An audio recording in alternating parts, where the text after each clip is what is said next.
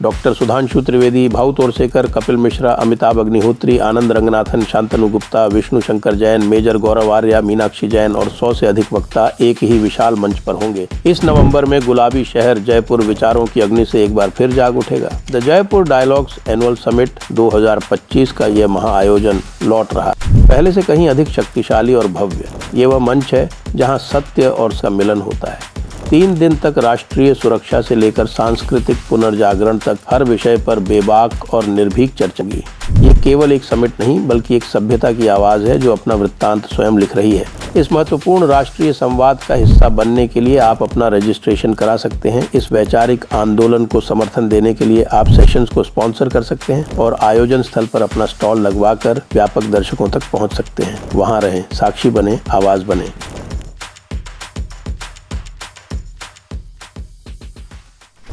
नमस्ते। आप सभी से अनुरोध है कि कृपया हमारी चैनल को सब्सक्राइब करें, वीडियो को लाइक करें। पाकिस्तान और अफगानिस्तान एक दूसरे को धमकी दे रहे हैं और इसी बीच में भारत कह रहा है कि साहब की हमने यूएस से चाबहार वाले जो सैंक्शंस हैं वो उठवा लिए। यानी कि अब मुनीर मियाँ का जितने दिन का जो यूएस का चमचागिरी का स्टॉक था और जो चमचागिरी से जितना भी उनको मिलना था वो भी पूरा हो गया दिखता है। क्योंकि एक तरफ तो भारत जो है वो बगराम के ऑफर को कंसिडर कर रहा है, दूसरी तरफ लगातार टीटीपी आक्रमण कर रही है और जो उनके टॉक्स होने थे, जो इस्तांबुल में जो टॉक्स थे वो कोलैप्स हो गए और कोलैप्स होने के बाद फिर कतर ने बीच में इंटरवेंशन करने का अटेम्प्ट किया, वो भी फेल हो गया। तो इस समय किसी भी प्रकार का कोई अब आपस में इनका राब्ता नहीं हो रहा है।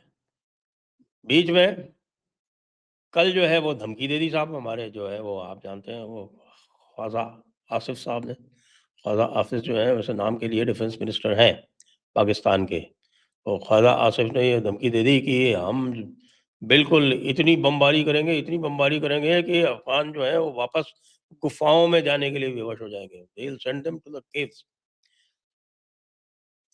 अब एक केव मैन स्वयं कह रहा है कि he will send Afghans to the caves. अब इस समय मैं रिव्यू कर रहा था पाकिस्तान मीडिया को। पाकिस्तान मीडिया जो है उसमें ब्रावाडो नहीं है, उसमें ये जो ब्रावाडो जो हमारे ख्वाजा आसिफ दिखा रहे हैं या आर्मी के जर्नैल वगैरह दिखा रहे हैं, वो ब्रावाडो नहीं दिखा पा रहे हैं क्योंकि सबको दिख रहा है कि रोज an average of about 10 soldiers, जो अभी तक का एवरेज है करीब 10 सिपाही डेली मारे जा रहे हैं। इनकी एक लगभग ब्रिगेड स्ट्रेंथ जो है वो खत्म हो चुकी है। एक ब्रिगेड बहुत होती है भाई, एक ब्रिगेड में आप ये समझिए कि करीब 5000 फौजी होते हैं और 5000 फौजी के बाद कितने इनके सिविलियंस या पुलिस वाले मारे जा रहे हैं उसका कोई हिसाब नहीं है। एक तरफ तो ये इस तरह की बात कर रहे थे और दूसरी तरफ जैसा मैंने आपको बताया कि यूएस ने चाबहार की जो सैंक्शन थी, जो इसका जो रिवोक किया था, उसको फिलहाल सस्पेंड कर दिया है। चाबहार का अब रिव्यू होगा early part of next year में, बता रहे हैं कि early part of next year में उसका रिव्यू होगा, क्योंकि यूएस जो है वो भी इस समय काफ़ी कमज़ोर पड़ रहा है। आपने देखा कि कल चीन के साथ में, शी जिनपिंग के साथ में ट्रंप की मीटिंग हुई और ट्रंप जो थे उसके बाद बड़े उत्साहित थे कि साहब ये तो 0 to 10 की स्केल पे मैं कहूँगा कि हमारी जो मीटिंग थी वो 12 थी, लेकिन चीन की तरफ से कोई रिएक्शन नहीं आया। 1-2 माइनर कंसेशन। अब ये ट्रंप जो कुछ कहता है उसके बारे में तो हम वैसे भी उसके ऊपर विश्वास कर नहीं सकते, क्योंकि ट्रंप कह रहा है कि साहब हमने चीन से रेयर अर्थ की डील ले ली है, लेकिन जो हमारे पास समाचार आ रहे हैं उससे ये है कि भाई 1 साल के लिए उनको थोड़ा-सा रिलैक्सेशन दिया है और 1 साल के बाद फिर से रिव्यू किया जाएगा। दूसरी ये भी आ गई खबर, पूरी की पूरी आ गई हमारे पास कि भारत के जो रेयर अर्थ के जो भी उपयोगकर्ता थे, उनको सबको लाइसेंस दे दिया गया है चीन के द्वारा, और लाइसेंस के साथ में 2 शर्तें लगाई गई हैं, और वो शर्तें एक शर्त ये है कि आप इसको री-एक्सपोर्ट यूएस को नहीं करोगे। यानी यूएस के ऊपर पूरा कंट्रोल कर रखा है चीन ने। आप यूएस को एक्सपोर्ट नहीं करोगे और इसको डिफेंस के उपयोग में नहीं लाओगे। वैसे भी ये प्राइवेट एंटिटीज जो भी इंपोर्ट कर रही हैं, वो डिफेंस के लिए नहीं करती। वो मैक्सिमम उसका उपयोग जो है वो ऑटो इंडस्ट्री में और आपकी रिन्यूएबल एनर्जी इंडस्ट्री वगैरह में होता है। तो एक तरफ तो ये हो रहा है, दूसरी तरफ चाबहार को कंसेशन दे दिया गया। अब चाबहार को कंसेशन देने का मतलब ये है कि भारत जो कुछ भी अफ़गानिस्तान में कर रहा है, वो चाबहार से बदस्तूर करता रहेगा।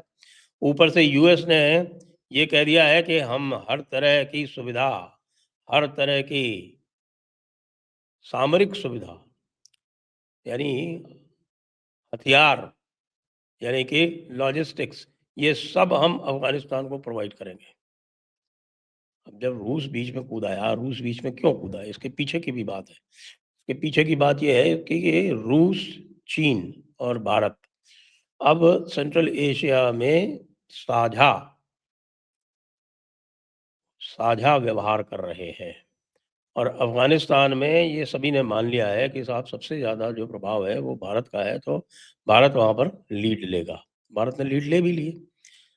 भारत ने पहले भी जब तालिबान से लड़ाई चल भी रही थी, तब भी ऐसे काम हाथ में लिए थे, जिससे पूरी अफ़गान जनता का भला होता था, इसलिए भारत की सबसे अधिक वहाँ पर गुडविल है। और उस गुडविल के लिए ही अफ़गानिस्तान ने भारत को ना केवल रेयर अर्थ्स ऑफ़र कर दिए हैं, भारत को आपको जैसे पता है, हम चर्चा कर रहे हैं लगातार, कि बगराम एयर बेस भी ऑफ़र कर दिया है। और बगराम एयर बेस के आ जाने के बाद पाकिस्तान का क्या होगा, आप सोच सकते हैं। बीच में एक बड़ी खबर चलाई गई, मैं उस खबर का भी खंडन कर देता हूँ। वो खबर ये चलाई गई कि ताजिकिस्तान का जो आइनी एयरबेस था, उस आइनी एयरबेस से रशिया और चाइना ने मिलके भारत को हटा दिया है। अब ये बिल्कुल चंडू खाने की बात है, और ऐसे लोगों द्वारा फैलाई जा रही है, जो इनको मुझे लगता है कि पाकिस्तान से अधिक सिम्पैथी है। सही बात ये है कि वो जो पैक्ट था, वो 2022 तक ही था, आईनी का। उसके पहले फरखोर हुआ करता था, फरखोर का 2008 में ही एक्सपायर हो गया था। उसके बाद आईनी एयरबेस था, वहाँ पर भारत हेलीकॉप्टर्स इत्यादि Mi-17 वगैरह ये रखा करता था वहाँ, और लॉजिस्टिक्स बेस बना रखा था। वो एग्रीमेंट भी 2022 में एक्सपायर हो गया था, और भारत ने कोई बहुत अधिक रुचि भी नहीं दिखाई, और 2023 तक वहाँ से सारा साजो-सामान हटा चुके थे। इस चीज़ को 2 साल हो गए, भाई लोगों को अब पता चला है।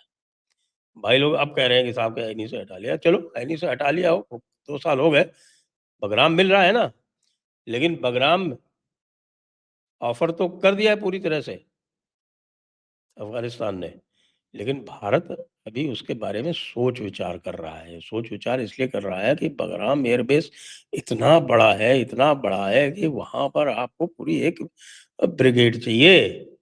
5,000 लोग चाहिए उसको सिक्योर करने के लिए।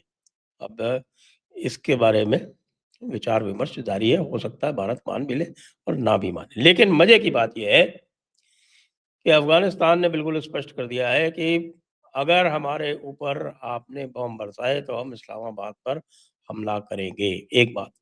दूसरी बात, अफ़गानिस्तान ने क्लियर कर दिया है कि जो कुछ भी पाकिस्तान अफ़गानिस्तान के साथ करेगा, उसका पूरी तरह से उतनी ही मात्रा में जवाब दिया जाएगा। हालाँकि जो भी जवाब जा रहा है पाकिस्तान की तरफ से, अफ़गानिस्तान की तरफ से, वो उस मात्रा से कहीं बहुत अधिक है। लेकिन वो मानते नहीं, वो कहते नहीं, टीटीपी जो कर रहा है, उससे हमारा कोई लेना-देना नहीं।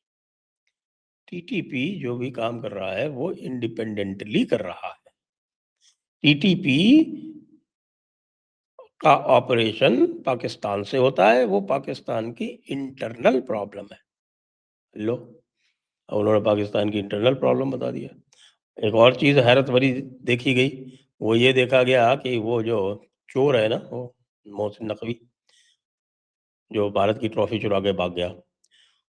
वो ईरान में कहीं अफ़गानिस्तान के जो इंटीरियर मिनिस्टर थे उनसे मिला, तो वो उनके कान में फुसफुसा रहा था।